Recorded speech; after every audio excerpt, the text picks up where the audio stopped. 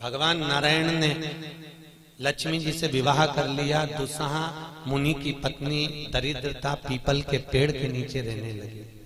इसलिए हमारे यहाँ हिंदू धर्म में पीपल का पेड़ घर में नहीं लगाया जाता, क्योंकि उसके नीचे कौन रहती है?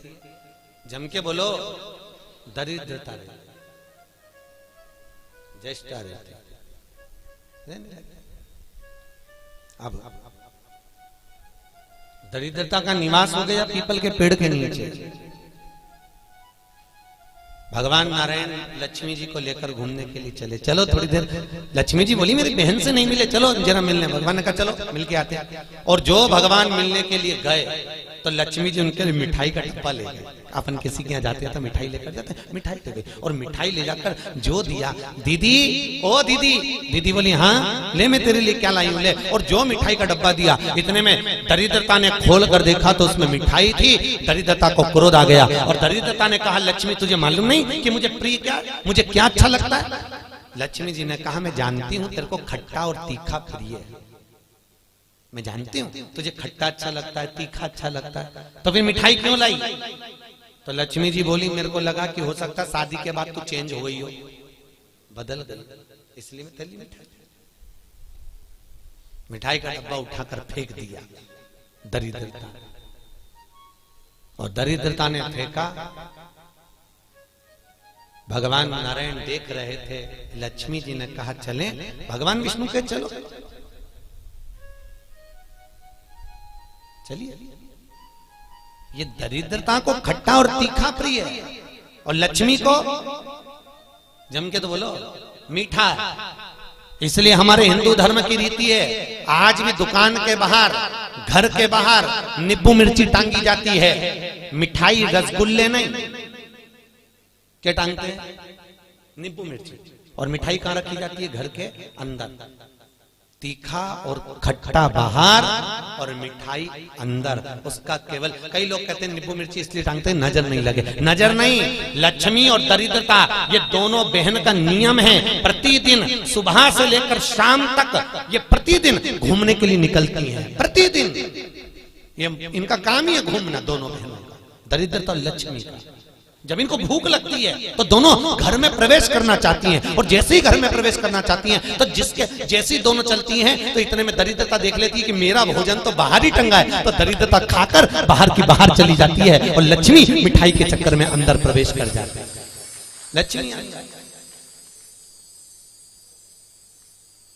लक्ष्मी अंदर प्रवेश कर।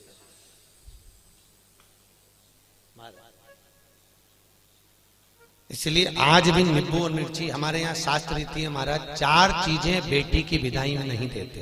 कितनी चीजें? 4। पहली झाड़ू, क्या? झाड़ू। दूसरे नंबर पर चलनी, आटा छानने की चलनी। दूसरे नंबर पर चलनी, तीसरे नंबर पर सुई और चौथे नंबर पर अचार की बरनी। बेटी की विदाई में नहीं दी जाती।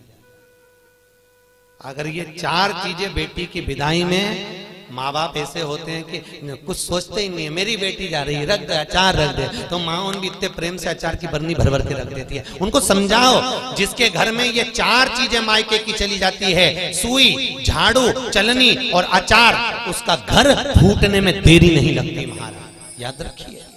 उसके घर में फूट डले, पति पत्नी में फूट डलेगी, सास बहू में फूट डलेगी, भाई भाई में फूट डलेगी। तो लोग कहते हैं अच्छा खासा परिवार था, जब से बहू आई तब से घर में ऐसा उपद्रव मच रहा। उपद्रव क्यों मच रहा है? उसका कारण है क्योंकि तुम उसके घर का अचार खा गए।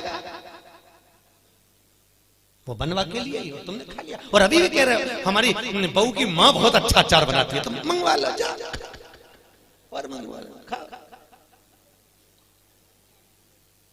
महाराज पहले बेटी की विदाई में भेजते थे बड़ी, पापड़, और पहली विदाई में बेटी के भेजते थे बेटी के साथ में मैदे की पूड़ी। एक डलिया में कपड़े में बांधकर, उसमें ना तो नमक डलता था ना उसमें शक्कर डलती थी। क्यों? क्योंकि वो बेटी के विदाई में मैदे की पूड़ी इसलिए दी जाती थी कि हमने ये पूड़ी एकदम फीकी भेजी है, अब चाहे तुम इसमें नमक डालो चाहे इसमें शक्कर डालो, हमने तो हमारी बेटी को तुम्हें दे दिया, एकदम सीधी मैदे की पूड़ी की तरह भेजी है, अब तुम इसमें चाहे कपट भरो चाहे प्रेम भरो, तुम्हारी मर्जी, ये हमने तो दे दी। कन्यादान करे और हम फिरी, हमें कहीं हमने तो देना था, दे दे। इसलिए बेटी के साथ में मैदे की पूड़ी भेजी जाती है। मैदे की क्या बोलते हैं उसको, खाजा बोलते हैं, बड़े बड़े ले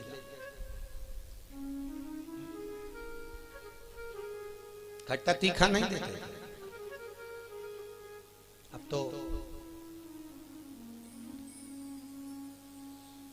पहले तो ब्राह्मण की थाली में भी खट्टा नहीं परोसा जाता था, और तीखा भी, मिर्ची भी इतनी नहीं डालते थे कि ब्राह्मण की थाली में तीखा। आज के जमाने में तो पंडित लोग ही कहते थे लाओ जरा अचार हो तो लिया बनी का।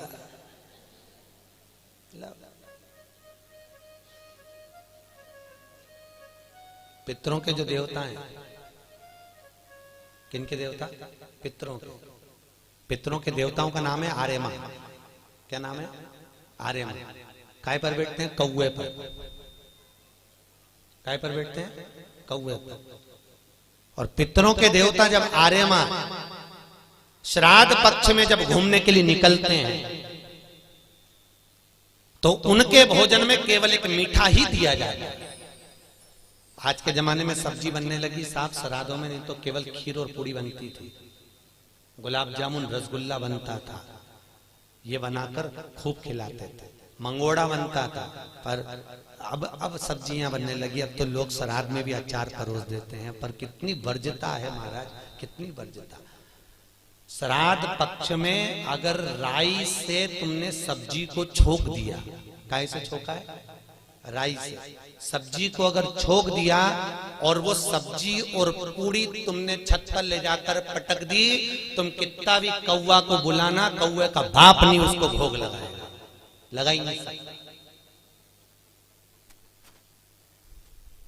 कितनी भी तुम सब्जी अगर राई से छुकी है, और अगर राई बिना सब्जी है तो तुम पटक कर जाओगे, कौवा आएगा और लेकर चले जाएगा, बुलाने की भी जरूरत नहीं है कि तू आ और खा, तुमने पटका रुखा कर जाएगा।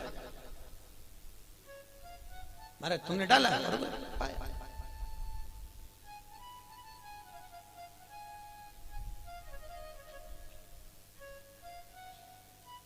उसको हमारे यहाँ शास्त्र दरिद्रता को खट्टा और तीखा प्रिय है। इतने में भगवान जाने लगे। लक्ष्मी जी ने कहा हमारी बहन से मिलने के लिए आए हो, कोई वर दीजिए। भगवान नारायण ने कहा लक्ष्मी आज शनिवार का दिन है, जिस दिन लक्ष्मी और नारायण दोनों इस पीपल के पेड़ के नीचे आए हैं। सुन दरिद्रता देवी, इस पीपल के वृक्ष के नीचे जो शनिवार को दिया लगाएगा वो लक्ष्मी और नारायण को अपने घर ले जाएगा। इसलिए शनिवार के दिन पीपल के वृक्ष के नीचे दिया का प्रमाण है महाराज। और सुन दरिद्रता देवी, तेरे पेड़ के नीचे जो खाली हाथ आएगा तू उसके घर में प्रवेश करेगी, और जो भरे हाथ से मतलब पानी का लोटा ले जाओ, कंकु ले जाओ, चावल ले जाओ, रोली ले जाओ, कुछ भी, जरा सी शक्कर ले जाओ, गुड़ ले जाओ, आटा ले जाओ, पर पीपल के पेड़ के नीचे कभी खाली हाथ मत जाओ। अगर तू खाली हाथ कोई आया तो तू उसके घर में प्रवेश करे। दरिद्रता देवी बोली ये तो तूने अपने अपने मन की बात कर ली लक्ष्मी, मेरा क्या पीपल के वृक्ष के नीचे। इतने में तुरंत भगवान बोले तू बोल तुझे क्या चाहिए। दरिद्रता देवी बोलती है 7 दिनों में एक दिन मेरा होना चाहिए पीपल के पेड़ के नीचे। भगवान ने कहा मांग ले, केवल एक रविवार का दिन इस पीपल के वृक्ष के नीचे मैं अपने पति को रिझाने के लिए नृत्य करूंगी, और अगर कोई रविवार के दिन पीपल के पेड़ के नीचे आएगा तो मैं उसके घर में हमेशा के लिए जाकर विराजमान हो जाऊंगी। भगवान ने कह दिया तथास्तु, तथास्तु। इसलिए केवल एक संडे का दिन ऐसा होता है जिस दिन पीपल के पेड़ के नीचे दिया नहीं लगाया जाता, बैठा नहीं जाता, प्रणाम नहीं किया जाता, परिक्रमा नहीं लगाई जाती। केवल जिनकी दीवालों पर कहीं पीपल लग जाता है ना, किसी किसी के घर में लग जाता है दीवालों के ऊपर, तुम कितना भी पीपल उखाड़ना वो वापस लग जाएगा, फिर उखाड़ो फिर लग जाएगा। पर पीपल उखाड़ने का भी एक प्रमाण है। अगर पीपल को उखाड़ना है तो केवल एक रविवार के दिन दीवार के सामने जहां से पीपल उखाड़ना है वहां पर नींबू और 7 मिर्ची रख दीजिए और उसके बाद पीपल को उखाड़ दीजिए और नींबू को वहां पर काट कर छोड़ दीजिए। उसके बाद कभी दीवार में पीपल लग ही नहीं सकता उस स्थान में। अगर एक बार आपने उखाड़ा और उसके बाद नींबू मिर्ची मार दिया, क्योंकि वो खाकर अपना भाग ग्रहण कर कर दरिद्रता चली जाती है, उसके बाद पीपल वहां नहीं लग सकता। लगे दरिद्रता का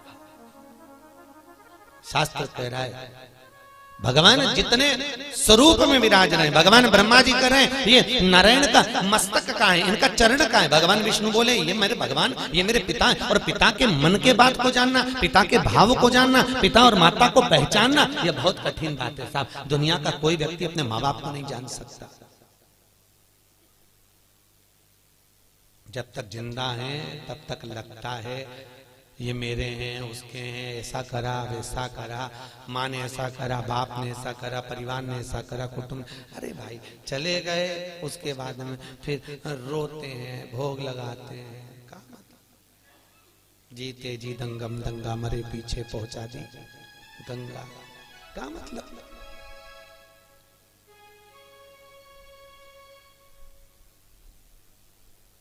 बड़ा बड़ा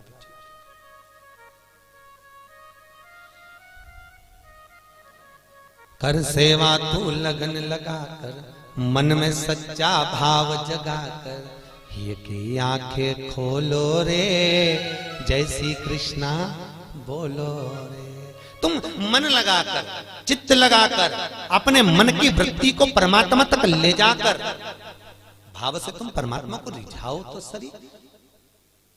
कई लोग कहते हैं हमारी माँ कपट रखती है, हमारे पिता हमको अपशब्द कहते हैं, हमारी माँ हमारी सास हमको आड़त। बोलने दो, उनको बोलने का काम है, बोलो।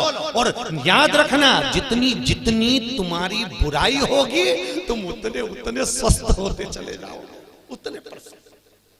आपको पहले कथा कही थी 4 धाम मंदिर में, एक राजा बीमार पड़ गया, उसका काया गल गल कर नीचे टपकने लगी, काया का रोग हो गया। राजा ने सारे डॉक्टरों को दिखाया, इलाज नहीं मिला। तब गुरुजी के पास गया, गुरुदेव मेरे को बीमारी हो गई। गुरुजी बोले डॉक्टर को दिखाया, हाँ गुरुजी पर मैं ठीक नहीं हुआ। गुरुजी ने कहा तेरा बड़ा भाई था कहाँ है? तो कि वो तो मर गया। भाभी है? हाँ। कहाँ है? राजभवन में। एक काम करा कर, चुपचाप से किसी को मालूम मत पड़ने देना, भाभी के कमरे के बाहर जब भाभी सो जाए तो चटाई डाल के रजाई ओढ़ के सो जा, ठीक हो जाऊंगा। हाँ। अब गुरु तो ऐसे आड़े टेढ़े उपाय बताता है, गुरुओं का तो काम ही। गुरु तो गुरु, बस उनने तो बोलना था बोल दिया।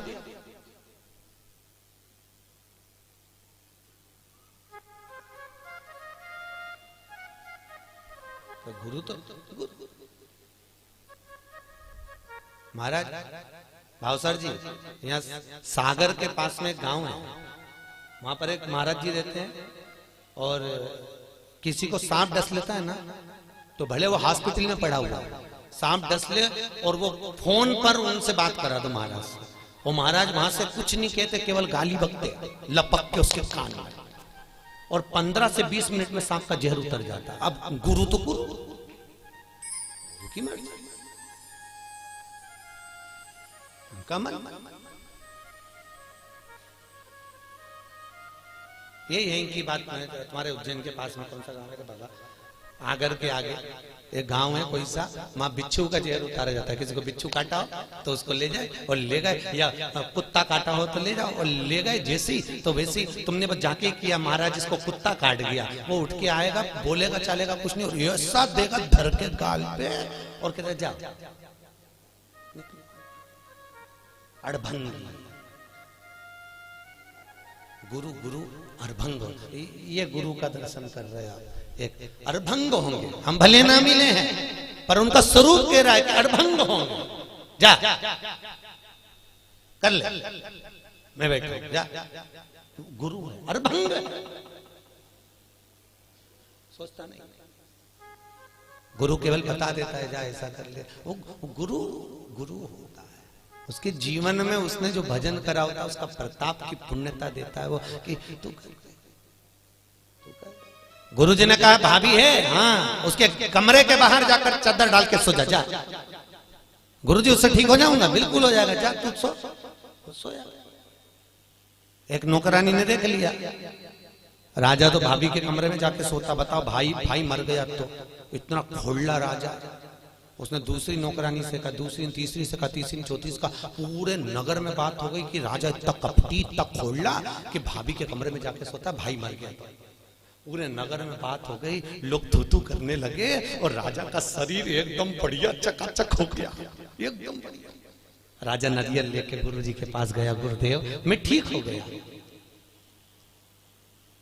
पर गुरुजी में ठीक हुआ कैसे ये तो बता दो।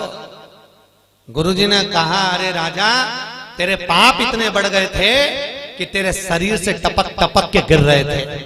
उन पाप को समाप्त करने के लिए मैंने चारों तरफ तेरी इतनी बुराई करवाई कि तेरा पाप कट गया, और पाप कट गया तो तू ठीक हो गया। तो याद रखना, तुम देखना एक बहू और एक सास, बहू की उम्र 25 साल की रहे, 30 साल की रहे, तो कहीं उसका घुटना दुखे, कहीं कमर दुखे, कहीं पीठ दुखे, कहीं सिर दुखे, 24 घंटा बहू का कुछ ना कुछ दुखता ही रहे। और एक बूढ़ी सास 70 साल 60 साल की, तो भी मंदिर दौड़ के चली जाए, चकाचक घूमती फिरे, ना हाथ दुखे ना पांव दुखे। तो कई बहुओं को लगे हमारी सास तो देखो गजब की साहब, 70 साल ने अभी भी महाकाल की आरती करे, ने अभी भी मंगला करे, ने अभी भी दौड़ी जाए, और अभी भी ऐसा कर ले, अभी भी वैसा कर ले। तो कारण क्या है उसका? केवल इतना सा कारण है कि बहू सास की इतनी बुराई करती तो सास चकाचक होती चली जाती, एकदम बढ़िया चक चक चक। तो निवेदन है आपसे, सास को जल्दी निपटाना है तो बुराई करना बंद कर दो, निपट जाएगा। तुम उसका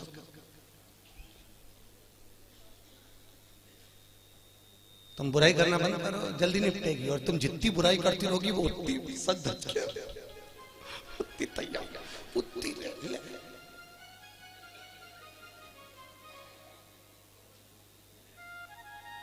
अभी हमारे भाव साहब परिवार में देख लो, इनकी बड़ी भाभी और एक उनकी बहू, दोनों, अब दोनों सजी पर डोकरी है। Old is gold.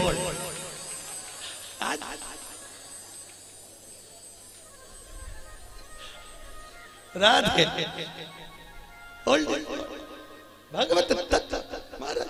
हम समझ गए, हम सवेरे गए थे तो हमने जान लिया कि ये दवाई का असर, ये सत्संग का असर।